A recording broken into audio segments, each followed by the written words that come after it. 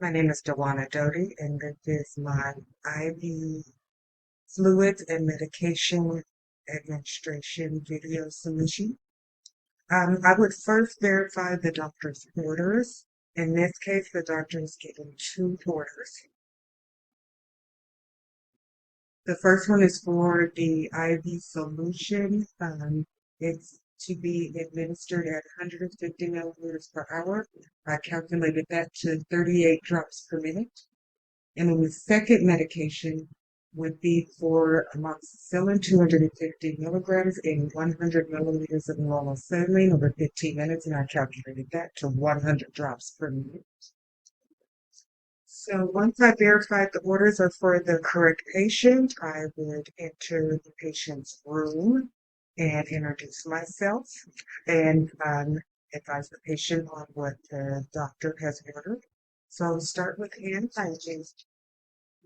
As I'm discussing the medication and the orders with the patient, I would make sure that I have the right patient, the right medication, the right usage of the medication, the right dosage, the right time, and the right route. In this case, it would be IV. So I'd also verify that the patient is not allergic to any medications. In this case, the patient is not allergic to any medications. So there should be no problems with administering his medications, the IV fluids, or the amoxicillin. So I would first use the 15 drop per milliliter tubing for my primary IV. In the tubing, I have two ports. So this port is to add medication directly into the bag, and this port is to spike with the IV tubing.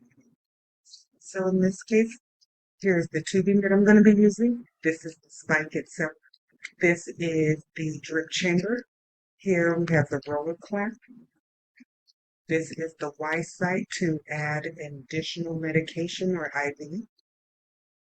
And this is the adapter that goes to the patient, connects to the patient's IV. So what I'm going to do is first spike the bag, the primary medication bag. Clamp, spike the bag. So I've already prepped my tubing. I'm going to hang it. And this medication is to be administered at 38 drops per minute. So I'm going to make sure that I have 38 drops per minute.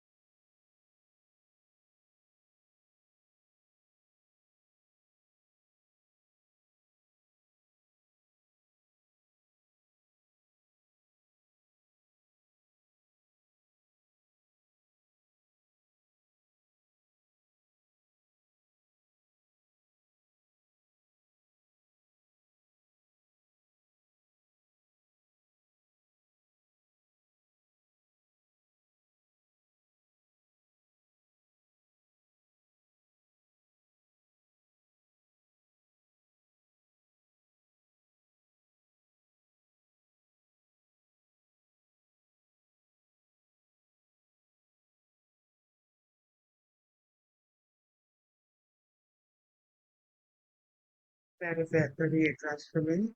My second medication, I would verify again the patient is not looking to take medication before providing that amoxicillin at 100 drops.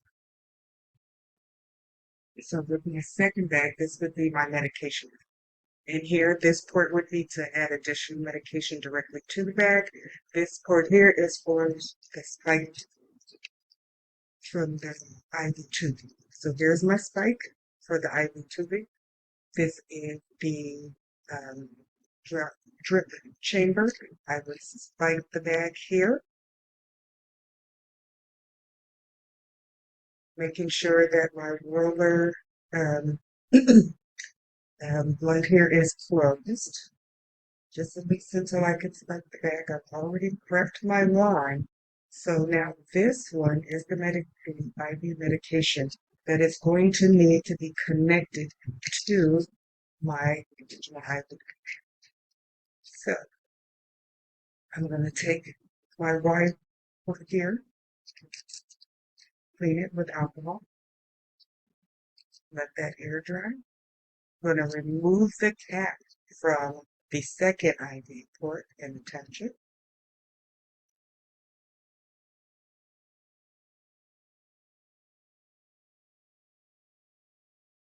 Now I'm going to hang my second one above my primary. So I'm going to move this primary one down. I have a hook to bring it down.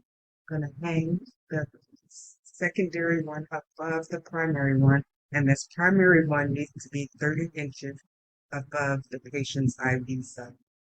So now I need to calculate 100 drops per minute in the amoxicillin solution.